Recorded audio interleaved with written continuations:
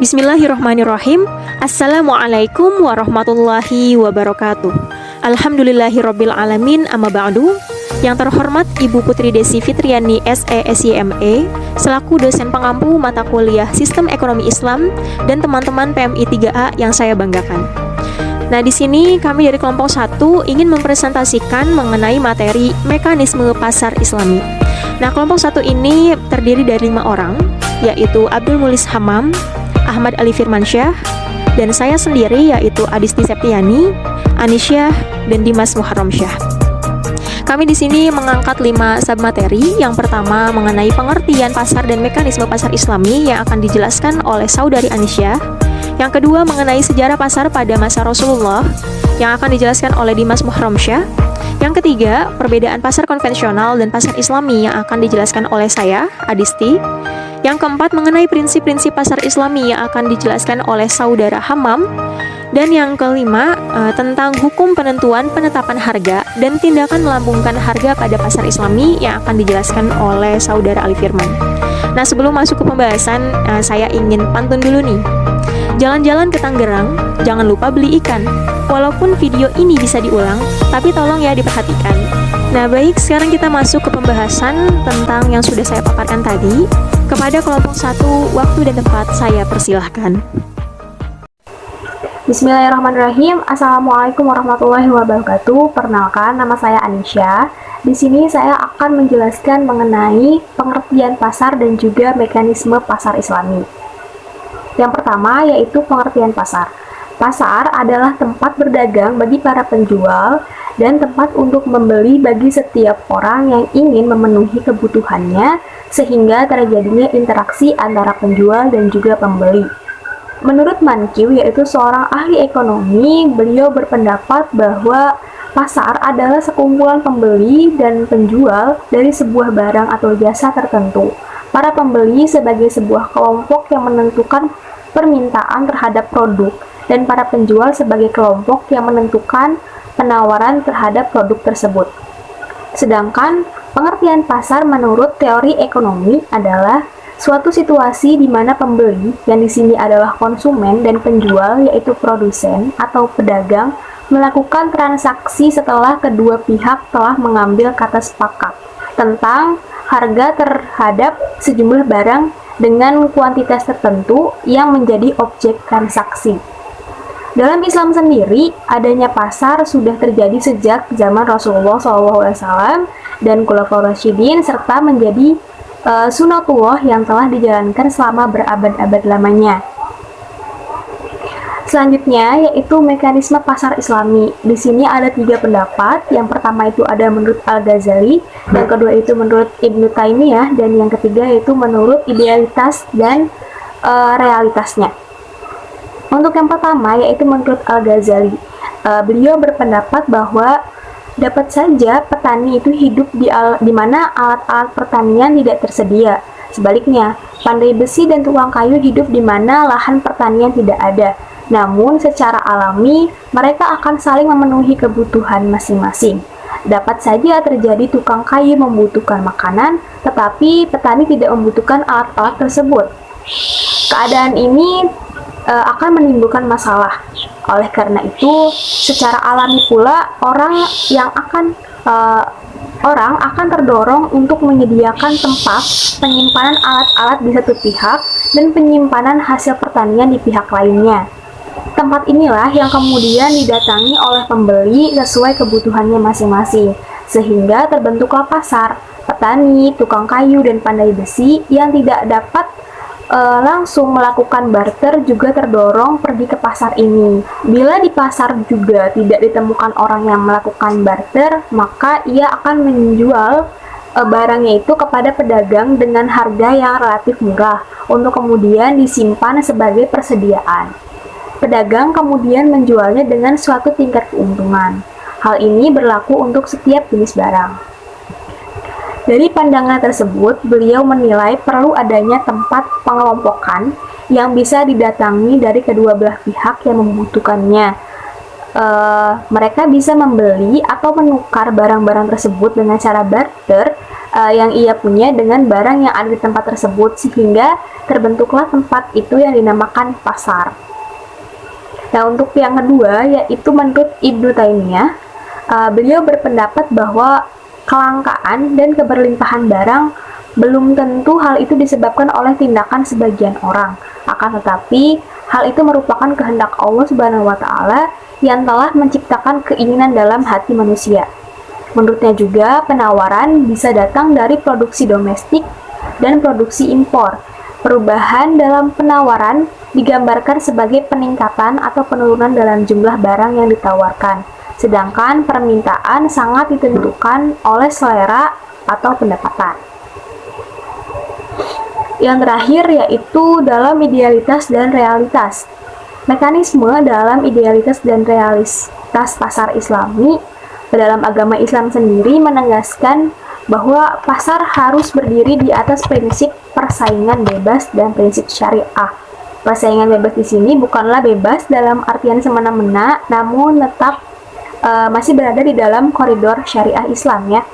Seperti halnya yang dijelaskan dalam sebuah hadis yang artinya orang-orang berkata, "Wahai Rasulullah, harga mulai mahal, patoklah harga untuk kami." Rasulullah SAW pun bersabda, "Sesungguhnya Allah lah yang mematok harga, yang menyempitkan dan yang melapangkan rezeki. Dan aku sungguh berharap untuk bertemu Allah dalam kondisi tidak seorang pun dari kalian yang menuntut kepadaku dengan suatu kezaliman pun, dalam darah dan harta." Selain dari hadis Rasul, pasar yang adil ialah pasar yang tidak mengambil laba dengan berlebihan, dalam artian yaitu mengambil keuntungan dengan wajar, seperti yang dijelaskan dalam Al-Quran Surah Al-Baqarah ayat 275 tentang larangan riba. Pada dasarnya, mekanisme pasar yang Islami tentunya tidak terlepas dari aturan-aturan syariah ya, yang sejalan dengan norma dan nilai-nilai yang dibenarkan. Mungkin itu yang bisa saya sampaikan. Baik, untuk yang selanjutnya yaitu sejarah pasar masa Rasulullah SAW. Pemikiran ekonomi Islam diawali sejak zaman Rasulullah SAW. Ketika itu beliau diutus oleh Allah SWT memiliki seperangkat pedoman tentang masalah kemasyarakatan, sosial, masalah hukum, politik, bisnis, dan ekonomi.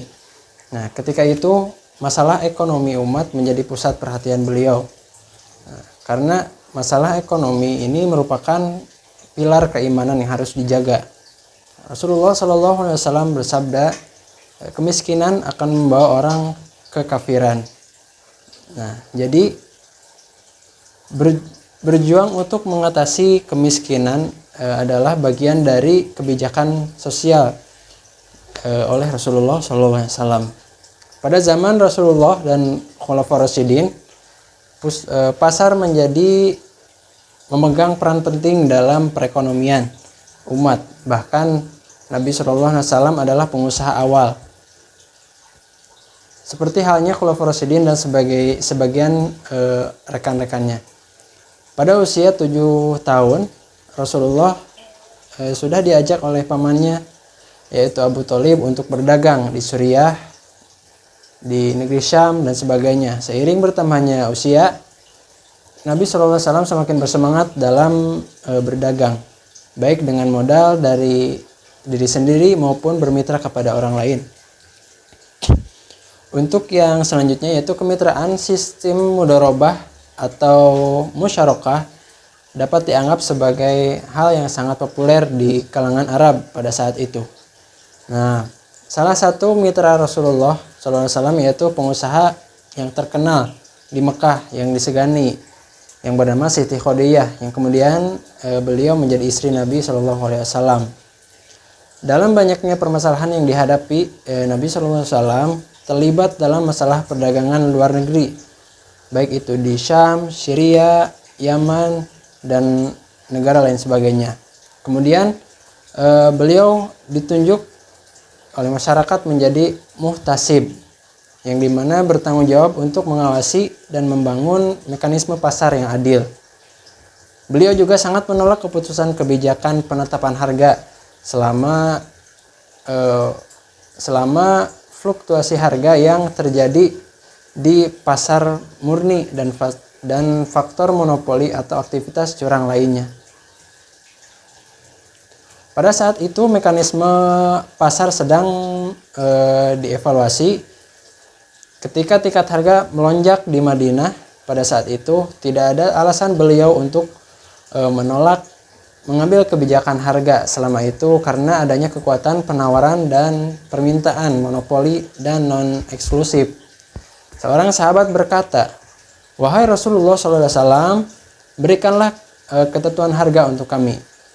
Beliau dengan jelas menyatakan bahwa tidak ada yang dapat dipengaruhi pasar secara individual karena itu adalah hukum alam yang harus dipatuhi atau sunatullah. Dan pasar adalah kekuatan kolektif yang telah ditentukan oleh Tuhan. Pelanggaran harga pasar seperti penetapan harga untuk alasan yang tidak tepat, kecurangan, ketidakadilan dan sebagainya, itu semua akan dimintai pertanggungjawabannya oleh Allah Subhanahu wa taala. Sebaliknya, ketika kita berdagang dengan jalan yang benar, dengan pasar yang benar, maka itu adalah perjuangan di sisi Allah Subhanahu wa taala. Dalam Al-Qur'an surat An-Nisa ayat 29 dijelaskan, "Hai orang-orang yang beriman, janganlah kamu saling memakan harta sesamamu dengan cara batil, kecuali dengan cara perniagaan yang berlaku dengan suka sama suka di antara kamu. Dan janganlah kamu membunuh dirimu, sesungguhnya Allah Maha Penyayang kepadamu."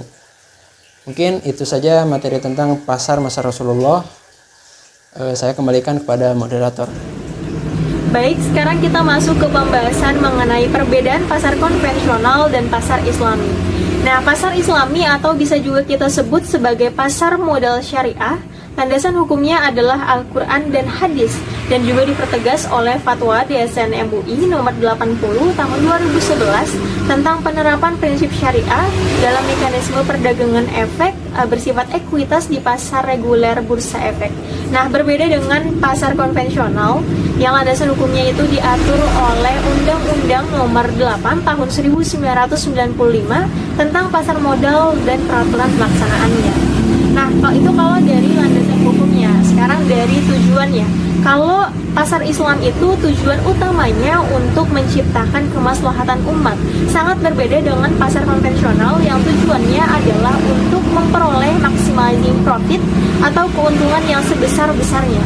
Nah, contoh sederhananya, kalau dari pasar Islam, contoh produknya adalah mukena. Nah, kita ketahui bahwa mukena itu tujuannya untuk sholat ya, untuk beribadah. Jadi mukena itu dipergunakan untuk ibadah.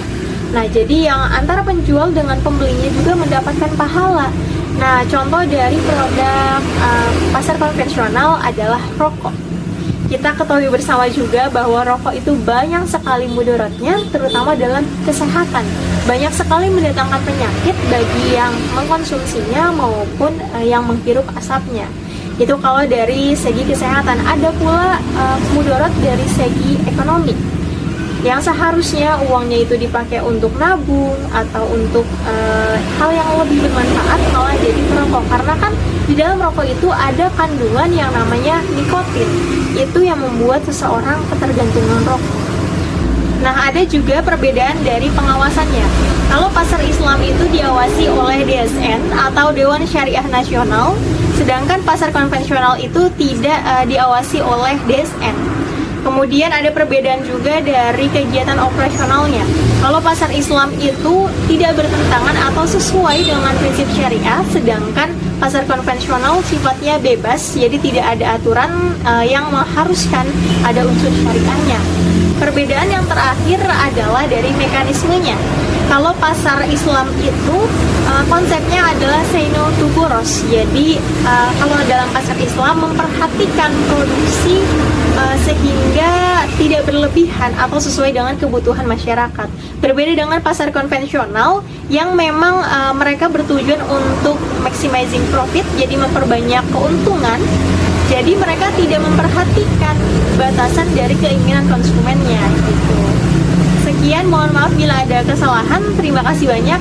Baik, yang selanjutnya itu ada prinsip-prinsip pasar Islami ya teman-teman, di mana di dalam Islam kiprah penting pasar itu tentunya tidak terlepas dengan sejumlah aturan syariat. Antara lain seperti terkait adanya pembentukan harga dan terjadinya transaksi di pasar. Makanya pasar dalam Islam dibentuk atas prinsip-prinsip sebagai berikut teman-teman. Bisa dilihat di PPT ya, pada poin pertama itu ada prinsip arido.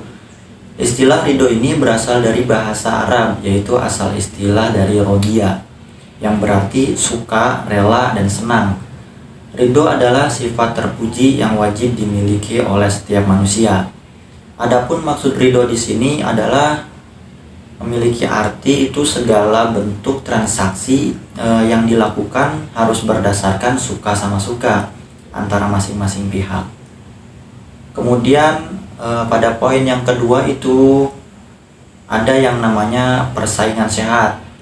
Persaingan sehat yaitu adalah persaingan yang tidak menjatuhkan orang lain atau sengaja berbuat curang kepada orang lain. Ya, kemudian yang ketiga itu ada yang namanya prinsip kejujuran, di mana prinsip kejujuran ini merupakan modal untuk tetap menjaga kelancaran usaha bagi para pedagang. Kejujuran ini juga sangat penting untuk memberikan informasi yang dibutuhkan oleh pembeli ketika ingin berbelanja. Nilai kejujuran ini pun sudah dipraktikkan langsung oleh Rasulullah SAW ketika beliau sedang berdagang. Dan yang keempat itu ada prinsip keterbukaan atau transparan. Hal ini merupakan perwujudan dari sikap amanah, rendah hati, adil, dan mau menerima pendapat atau masukan dari orang lain. Keterbukaan ini juga sangat penting bagi penjual. Tujuannya apa? Tujuannya yaitu ketika penjual sedang bertransaksi dengan pembeli, nah pembeli itu akan merasa nyaman dan tidak ragu untuk berbelanja, teman-teman. Maksud terbuka di sini adalah pedagang dapat menjelaskan secara detail kualitas dan kondisi barang tanpa ada yang ditutup-tutupi. Serta yang terakhir itu ada yang namanya prinsip keadilan. Keadilan ini merupakan suatu keadaan di mana kebenaran ideal secara moral tentang sesuatu hal, baik itu menyangkut orang ataupun benda. Memiliki jiwa adil merupakan salah satu nilai plus untuk para penjual jika penjual bisa bersikap adil kepada pembeli. Contohnya itu seperti tidak membeda-bedakan harga kepada pembeli. Hal ini sudah dipastikan ya teman-teman, jualannya insya Allah akan berkah, ditambah niat berjualan karena Allah dan niat menjalankan sunnah Rasulullah SAW. Ya, mungkin itu prinsip-prinsip pasar Islami yang dapat saya sampaikan. Sekian, terima kasih. Baik, di sini saya akan memaparkan materi terakhir, yaitu tentang hukum penentuan dan penetapan harga dan juga tindakan mengamalkan harga pada pasar. Sebelumnya perlu kita ketahui ya tentang pengertian harga tersebut. Nah, harga di sini ialah salah satu variabel dari pemasaran atau penjualan. Islam memberikan kebebasan dalam harga, yang artinya segala bentuk konsep harga yang terjadi dalam transaksi jual beli diperbolehkan dalam ajaran Islam, selama hal tersebut tidak terdapat dalil yang melarangnya, dan juga selama harga tersebut terjadi atas dasar keadilan dan juga serta suka sama suka antara penjual dan pembeli. Harga menjadi sesuatu yang sangat penting tentunya dalam transaksi jual beli. Jika harga suatu barang tersebut terlalu mahal, maka barang tersebut akan kurang laku, dan sebaliknya, jika menjual terlalu murah, maka keuntungan yang didapat akan berkurang. Nah, penetapan harga yang dilakukan oleh penjual atau pedagang akan mempengaruhi pendapatan atau penjualan yang akan diperoleh, atau bahkan kerugian yang akan diperoleh jika keputusan pada pengambilan penetapan harga tersebut tidak dipertimbangkan pada target yang tepat. Nah, pada memutuskan harga jual beli di sini dapat dilakukan menggunakan 3 aneka macam. Yang pertama di sini dapat dilihat juga di PPT, yaitu penetapan harga jual pasar, yang artinya penjual tidak dapat mengontrol harga yang dilempar di pasar. Harga ditentukan produser penawaran serta permintaan. Pada keadaan ini, penjual tidak dapat menetapkan harga jual yang diinginkan. Lalu yang kedua adalah penetapan harga jual yang dilakukan oleh pemerintah, yang artinya bahwa pemerintah berwenang untuk menetapkan harga barang serta jasa, terutama menyangkut masyarakat umum. Perusahaan tidak dapat menetapkan harga jual beli suatu barang sesuai dengan kehendaknya sendiri.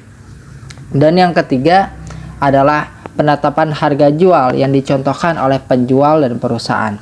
Nah, maksud dari yang dicontohkan oleh penjual dan perusahaan di sini adalah harga ditetapkan oleh perusahaan itu sendiri. Sedangkan penjual ini menetapkan harga dan pembeli boleh memilih membeli atau tidak. Harga yang ditetapkan berdasarkan keputusan dan kebijaksanaan di dalam perusahaan tersebut. Menurut jumhur ulama, telah bersepakat bahwa Islam tentunya harus menjunjung tinggi mekanisme pasar bebas. Maka dari itu, pada kondisi tertentu saja, pemerintah dapat melakukan kebijakan penetapan harga pasar. Prinsip dan dari kebijakan ini untuk mengupayakan agar mendapatkan harga yang adil, harga yang normal, harga yang sesuai di pasaran tentunya. Di dalam penjualan Islami, baik yang bersifat barang atau jasa, harus mempunyai norma etika agama, perkomersian, yang semua itu adalah landasan bagi pasar Islam yang bersih. Menurut Ibnu At-Taimiyah, naik serta turunnya harga itu dapat disebabkan oleh beberapa faktor, tapi juga tidak selalu disebabkan oleh tindakan tidak adil. Nah, dari sebagian orang yang terlibat transaksi, bisa jadi penyebabnya adalah penawaran yang menurun dari dapat infeksi produksi tersebut. Nah, penurunan jumlah impor barang yang diminta oleh pembeli atau juga tekanan dalam pasar tersebut adalah salah satu sebabnya. Nah, jika permintaan terhadap barang meningkat sedangkan penawaran menurun, harga barang itu tidak akan naik. Nah, begitu pula sebaliknya, kelangkaan yang melimpah barang tersebut mungkin disebabkan oleh tindakan yang adil atau mungkin juga tindakan yang tidak adil. Nah, mungkin sekian pemaparan materi terakhir dari saya kembalikan kepada moderator. Terima kasih. Alhamdulillah, kelompok 1 telah selesai presentasi. Terima kasih telah menyaksikan video ini dan mohon maaf bila ada kekeliruan dalam penjelasan. Makan bakwan jagung campur nasi. Kalau masih ada yang bingung, silahkan ditanyakan ketika diskusi. Terima kasih. Wassalamualaikum warahmatullahi wabarakatuh.